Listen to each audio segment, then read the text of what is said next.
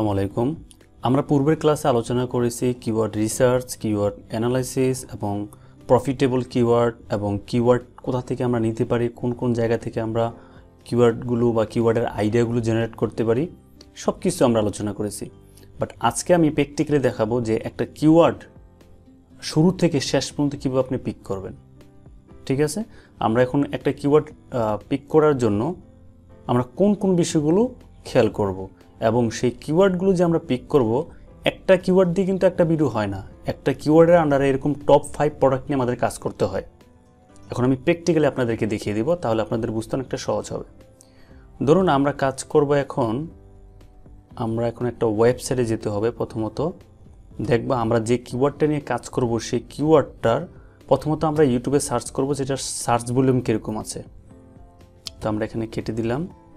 কেটে দেওয়ার পর আমরা এখানে লিখব বেস্ট ওমেন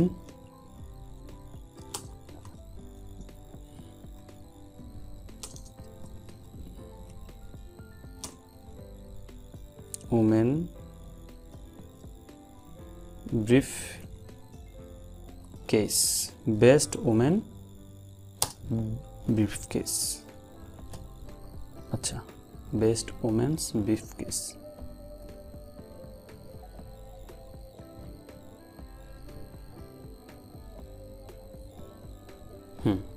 দেখুন আমরা কি লিখলাম, বেস্ট ওমেন্স ব্রিফ কেস। একটা কিওয়ার্ড। এখন এই কিওয়ার্ডটা যেহেতু আমি পূর্বে থেকে কাজ করতেছি, যার কারণে আমার একটা অভিজ্ঞতার কারণে আমি অনেক কিওয়ার্ডে আমার মুখস্থ হয়ে গেছে এবং অনেক কিওয়ার্ড আমার এমনিতে আইডিয়া এসে পড়ে। তো আপনাদের অনেক সময় এই আইডিয়াগুলো আসবে না, সেটার জন্য কিন্তু আপনাদের কি করতে হবে, অনেকগুলো ইউটিউব চ্যানেলে রিসার্চ করতে হবে যে আপনার কম্পিটিটর যে চ্যানেলগুলো আছে, পাশাপাশি কিছু ওয়েবসাইট রিসার্চ করলে আপনার কিছু কিওয়ার্ড জেনারেট করার আইডিয়াটা আপনি পেয়ে যাবেন। তো দেখুন এটা সার্চ ভলিউম কত আছে, 10। তো আমরা নিতে পারি, কারণ আমাদের রিকোয়ারমেন্ট কি ছিল, 10 থেকে 1500-এর ভিতরে যদি সার্চ ভলিউমটা থাকে, মান্থলি সার্চ ভলিউম, তাহলে আমরা সেই কিওয়ার্ডটা প্রাথমিকভাবে আমরা নিতে পারি। তো আরেকটা বিষয় থাকবে আমাদের যে রিসেন্ট কোনো ভিডিও আছে কিনা। তো দেখি আমাদের এটা রিসেন্ট কোনো ভিডিও আছে কিনা। 1 ইয়ার, 11 মান্থ, 6 মাস, 4 বছর। হ্যাঁ, রিসেন্ট কোনো ভিডিও নেই। 2 ইয়ার্স, 3 ইয়ার্স। হ্যাঁ, আমরা এখন দেখতে পারি যে রিসেন্ট কোনো ভিডিও নেই এবং এটার সার্চ ভলিউম এটা হচ্ছে কি নন কম্পিটিটিভ কিওয়ার্ড। তো আমরা এই কিওয়ার্ডটা নিতে পারি। তো আমরা এখন সরাসরি এই কিওয়ার্ডটাকে পিক করব, মানে কপি করব আর কি। আচ্ছা, কপি করার পর আমাদের কাজটা হচ্ছে সরাসরি আমাদের গুগল শিটে চলে যেতে হবে, যে শিটটা আমরা তৈরি করা শিখিয়েছি। এই যে best brief case for women. আচ্ছা, যাই হোক, আমরা এখানে কিওয়ার্ডটা আগেই লিখে রেখেছিলাম।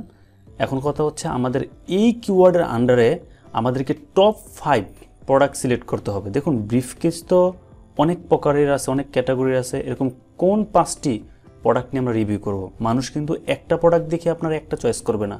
সে যদি 5টা প্রোডাক্টের রিভিউ দেখে তাহলে তার একটা পছন্দ হতে পারে, কারণ এখানে প্রাইস ম্যাটার করে, কালার, ডিজাইন, অনেক কিছু ম্যাটার করে। দেখুন এই যে the best women's briefcase, 5 best women briefcase.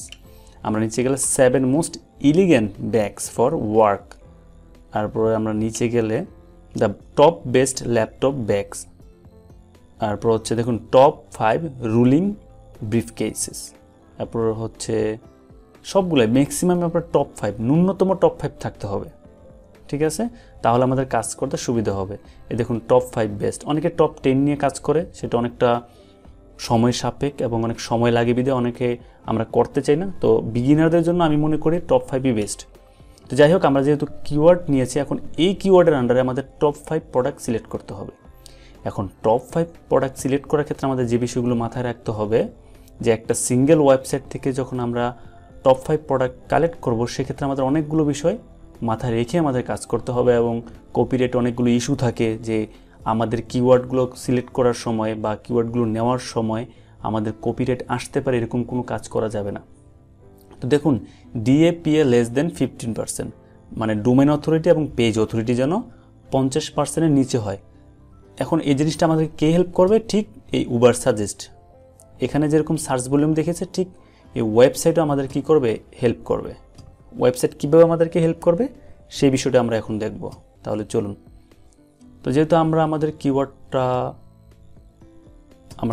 আবার এখান থেকে কপি করি, কপি করার পর আমরা গুগলে চলে যাই।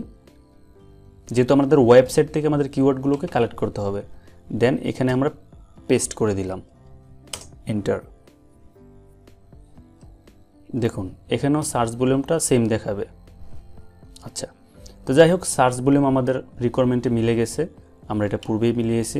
এখন দেখব আমাদের দেখুন ডোমেইন অথরিটি কত? 91। এখন ডোমেইন অথরিটিটা কি? ডোমেইন অথরিটি হচ্ছে মানে এই পেজটার র্যাঙ্কিং অনেক বেশি, মানে এখানকার ডোমেইন অথরিটি মানে এটার ডিমান্ড ইউটিউব গুগলের কাছে অনেক হাই। তো আমরা এত হাই ডোমেইন অথরিটি নিয়ে কাজ করব না, আমরা মিনিমাম মানে 50% হলেই আমাদের হয়ে যাবে। আমাদের একটা কাজ করতে হবে,